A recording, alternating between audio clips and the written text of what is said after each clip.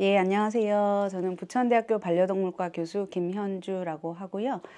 전공은 수의학이에요. 그래서 수의사로서 반려동물에게 꼭 필요한 건강에 대한 상식이나 또는 관련된 정보를 학생들에게 교육하고 있는 일을 하고 있습니다. 네, 저는 반려동물과에서 일을 하면서 제일 많이 들었던 질문은 수의사인데 왜 병원을 안 하세요? 심지어 저희 아들도, 저희 부모님도, 저희 배우자도 그 얘기를 하는데, 저는 사실 원래 꿈이 수의사도 있었지만 선생님을 더 하고 싶었어요.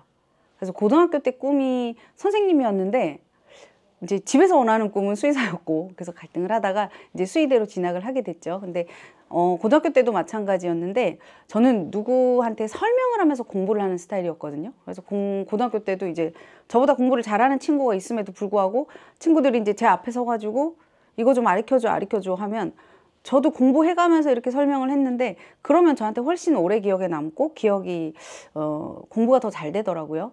그래서 나는 가르치는 일이 천직인가 보다 생각을 했는데, 전공을 또 수의학으로 하다 보니 가르치는 가르치는 일과는 조금 이제 거리가 있게 되었죠. 그래서 임상도 해봤고, 이제 수의사들이 말하는 임상은 동물병원에서 근무하는 걸 얘기하죠. 동물병원에서도 일을 해보고, 또 제약회사에서도 일을 해보고, 또 국가기관에서도 근무를 해봤었는데, 항상 이 설명을 하고 사람들과의 만남을 통해서 제가 에너지를 받는 사람이라는 걸 알게 됐어요. 그래서 이제 학위를 하면서 나는 원래 꿈인 고등학교 때부터 선생님을 하고 싶었는데 수의사가 선생님을 할 수 있는 방법은 그래, 그럼 교수가 되는 방법이구나 라고 생각을 해서 다시 대학원을 가서 또 열심히 공부를 해서 대학에 오게 됐습니다.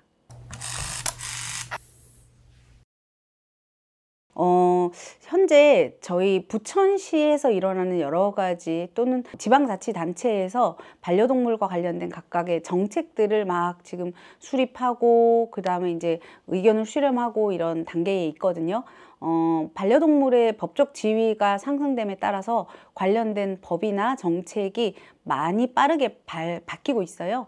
거기에서 조금 포함이 되어서 뭐 각종 정책을 조금 개선을 시킨다든지, 아니면 지금 운영하고 있는 정책에 대해서 뭐 어떤 게 잘 됐고 어떤 게 잘못됐고 뭐 이런 거에 대해서 이제 조금 의견을 내는 일을 조금 활발하게 하고 있습니다. 결과적으로는 이 지역 내에 제가 속해 있는 이 부천 그리고 경기도 라는 지역 내에서 지역사회에서 조금 도움이 되는 일을 좀 앞으로도 더 많이 하려고 하고 있습니다.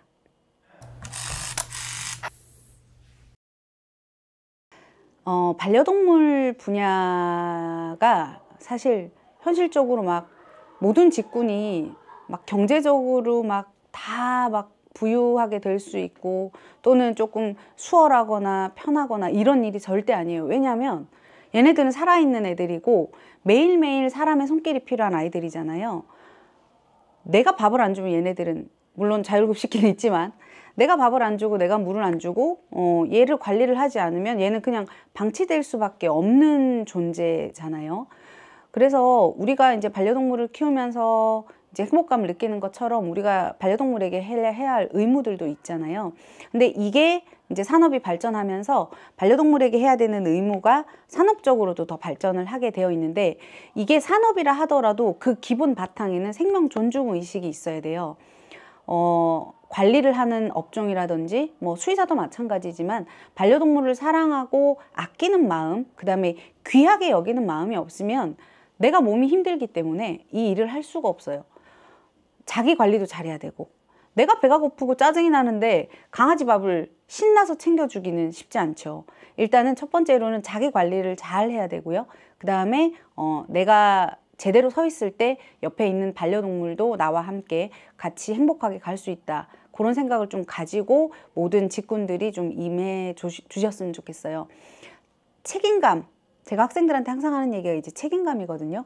그 일이 뭐가 됐던 간에 내가 지금 조금 돈을 좀 못 번다, 조금 내가 몸이 좀 더 힘들다라고 해서 거기서 안주하지 마시고 또는 거기서 포기하지 마시고 계속 앞으로 나가다 보면 진짜 자기 좋아하는 일이 뭔지를 찾을 수 있게 될 거예요.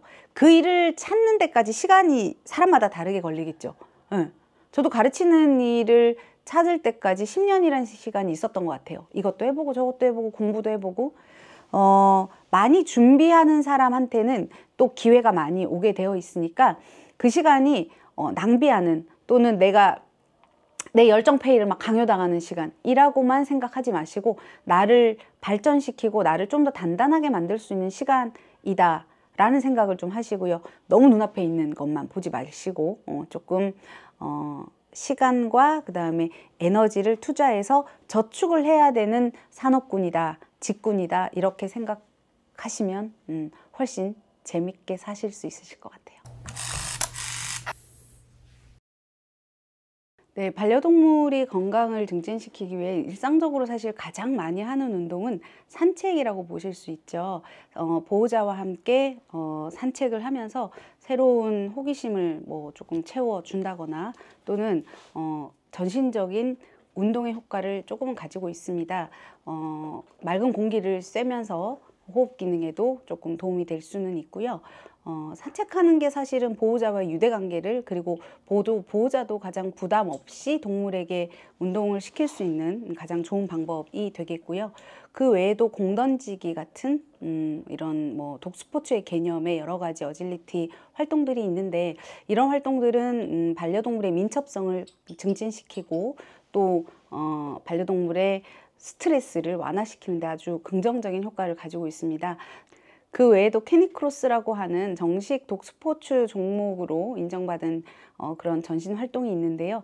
보호자와 그리고 반려동물이 하네스라는 장치, 즉 벨트 같은 장치이거든요. 쉽게 말하면 이 하네스를 착용한 상태로 함께 달리는 것을 말해요. 뭐 쉽게 하이킹이라고 표현할 수도 있는데 정식적으로 이제 캐니크로스라는 그런 명칭을 갖게 됐는데 산악지대나 또는 뭐 바닷가 아니면 일반 하이킹 할 수 있는 도로 어디든 지역적으로 크게 상관없이 보호자와 함께 달리거나 기록을 이렇게 측정하기도 하는 독스포츠 중에 하나인데요. 이것도 마찬가지로 너무 더운 여름이거나 또는 지형을 조금 강아지의 또는 보호자의 건강 상태와 조금 맞춰야 한다는 이런 몇 가지의 제약사항이 있긴 하지만 그래도 전신 운동으로는 아주 효과가 좋은 보호자와의 유대 관계에도 증진시킬 수 있는 좋은 운동이라고 볼 수 있습니다. 위에 말했던 대부분의 운동들은 건강한 상태에서 사실은 이루어질 수 있는 건강한 상태에서 또 체격적으로 조건이 특별히 뭐 약하다거나 호흡기에 문제가 있다거나 이런 상황이 아닌 경우에 효과적인 결과를 얻을 수가 있는데요. 만약에 관절에 무리가 조금 가면 안 되는 견종이라든지 또는 체중이 조금 많이 나간다든지 또는 보호자가 또 그만큼 함께 운동을 해줄 수 없는 경우라든지 여러 가지 환경이 있을 수 있습니다. 이런 제약을 극복할 수 있는 가장 효과적인 운동으로는 바로 수영이 아닐까라고 저는 권장드리고 싶은데요. 일단은 반려동물이 가지고 있는 체중에 대한 그런 데미지가 고스란히 반려동물의 관절에 전해질 수밖에 없습니다. 그런데 수영이라고 하면 그 물에 뜨는 부력을 이용해서 최대한의 관절의 무리는 최소화시키고요. 그 대신 몸을 효과적으로 움직일 수 있는 전신 운동 중에는 수영이 사실은 가장 제약도 적고요. 보호자에게도 부담이 없는 그런 운동이 아닐까 싶습니다. 근데 사실은 수영은 가장 큰 제약 중에 하나는 주위에 강아지들, 반려동물이 자유롭게 수영할 수 있는 공간이 많이 없다는 게 사실은 가장 큰 제약 중에 하나라고 저는 생각합니다.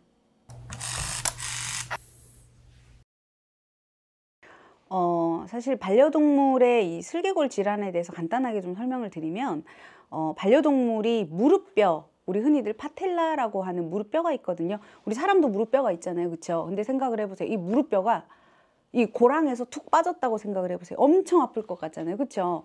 근데 다행인 건 반려동물들, 특히 소형견들이 유전적으로 이런 안쪽으로 내측 탈구라고 하거든요. 안쪽으로 무릎뼈가 몸 안쪽으로 툭 빠지는 이런 증사를 아직 갖고 있는데 이런 내측 탈구가, 모든 내측 탈구가 통증을 유발하진 않거든요.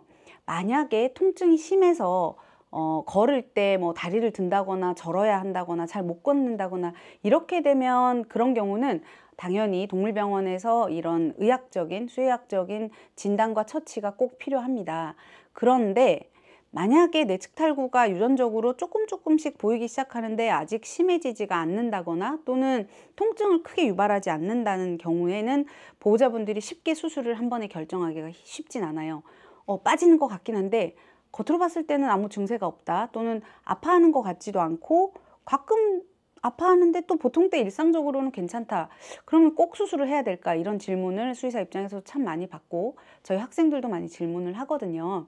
이제 수술은 사실 제일 마지막 단계고 가끔은 수술을 더 늦기 전에 빨리 해야 된다라고 말씀하시는 의학적 소견을 갖고 계신 분들도 계시긴 해요. 예, 그렇기도 하지만 이제 진단에 따라서 조금 유지를 해보다가 통증이 생기거나 조금 더 심해진다, 경과가 안 좋아진다라고 하면 그때 수술을 권하는 경우도 있기는 하거든요.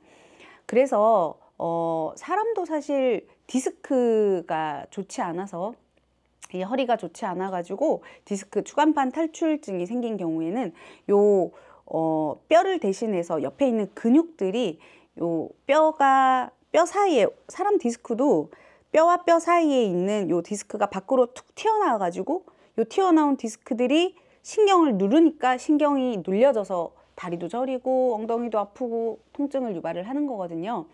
그러면은 이제 그 뼈가 단단히 자리를 잡을 수 있게 옆에서 근육이 받쳐주는 방법이 있죠. 그래서 보통 우리 헬스 트레이너들 보면 디스크가 심해가지고 운동을 시작했어요 라고 하시는 분들도, 우리 아는 뭐 쇼니? 그런 분들도 그렇더라고요.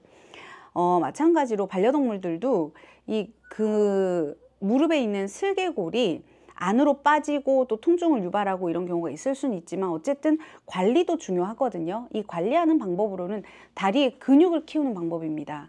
그런데 아이러니하게도 근육을 키우려면 움직여야 돼요. 근데 움직이려면 관절이 더 안 좋아지죠. 그래서 고정을 시키고 운동을 못하게 하는데, 근력을 강화시키는 방법에는 또 여러 가지 방법이 있죠.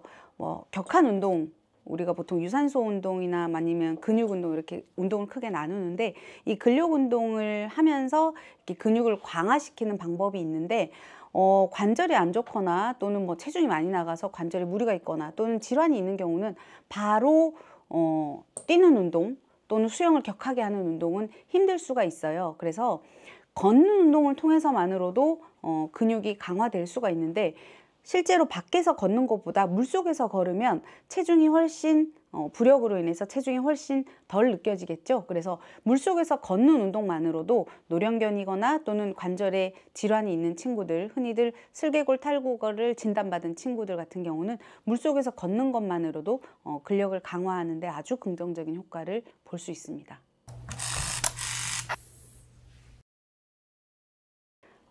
사실은 반려동물은 말 그대로 사람과 함께 생활을 하는, 요즘은 가족의 개념으로 많이 인식을 하고 있죠. 그냥 내가 좋아서, 내가 예뻐서, 나의 즐거움을 위해서 함께 사는 존재가 아니라 반려동물도 그 자체로 행복해야 하고, 그리고 반려동물로 인해서 사람이 행복감을 느끼면 훨씬 좋겠죠. 근데 안타깝게도 모든 반려동물들이 모든 인들에게 즐거움만 주지는 않습니다. 슬픔도 주고 또 경제적인 어려움을 줄 때도 있을 거고요. 그리고 가끔은 스트레스를 줄 때도 있죠. 반려동물이 보호자의 그 환경을 뭐 어지럽힌다거나 아니면은 뭐 말썽을 부린다거나 해서 보호자가 스트레스를 받는 경우도 분명히 있을 건데요. 이런 스트레스를 받고 또는 여러 가지 제약이 있음에도 불구하고 반려동물을 키울 수 있다. 꼭 키워야 한다. 그리고 같이 살아야 한다라는 그런 책임감과 그리고 동료의식을 꼭 가지고 있어야 할 것 같습니다. 나를 위해서 반려동물이 존재하는 게 아니라요. 물론 나의 행복을 위해서도 반려동물이 함께 해주면 좋겠지만 반려동물도 함께 행복해야 된다는 생각을 우리 보호자분들이 꼭 가지고 계셨으면 좋겠습니다. 그러기 위해서는 우리가 몇 가지 의무사항이 있겠죠. 반려동물들이 행복하기 위해서는 기본적인 본인의 본능을 표출할 수 있는 환경을 제공해 주는 것.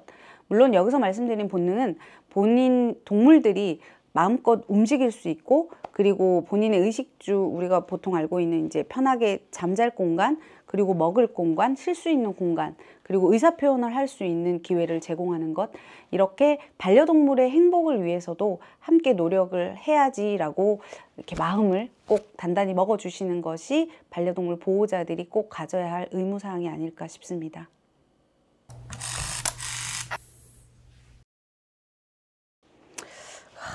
되게 소박한데, 저는 그냥 학생들과 함께 늙는 거? 지금도 사실 제가 처음 가르쳤던 학생들이 결혼을 하고 또 아이를 낳고 아이를 데리고 저한테 찾아와서 인사를 하고 같이 밥을 먹고 이렇게 시간을 보내는 때가 저는 너무 행복한데요. 이제 점점 그 친구들은 더 많아지겠죠. 제가 학교에 온 지가 한 13년, 14년 정도 된 것 같은데, 그동안에 있었던 것처럼 앞으로도 그냥 지금처럼 학생들과 재밌고 하루하루를 웃으면서 출근할 수 있는, 퇴직하는 그날까지 웃으면서 오늘 무슨 일이 있을까 재밌겠다라고 하는 생활이 쭉 변함없이 건강하게 지속됐으면 좋겠습니다. 아주 소박합니다. 네, 고집 채널 구독자 여러분들, 우연치 않은 기회로 이렇게 여러분들을 만나게 됐는데요. 반려동물을 키우시던 또는 반려동물을 키우지 않지만 사랑을 하시는 분들도 아마 많을 거라고 생각합니다. 각자의 여건에 따라서 키우고 싶은데 못 키우시는 분들도 많이 계시더라고요. 동물에 대한 관심은 곧 사랑에 대한 사랑, 그리고 또 세상에 대한 다른 눈을 가지게 해주는 계기가 될 수 있거든요. 항상 사물을 아름답게 보시고 사랑할 수 있는 그런 우리 구독자분들이 되셨으면 좋겠습니다. 오늘 하루도 행복하세요.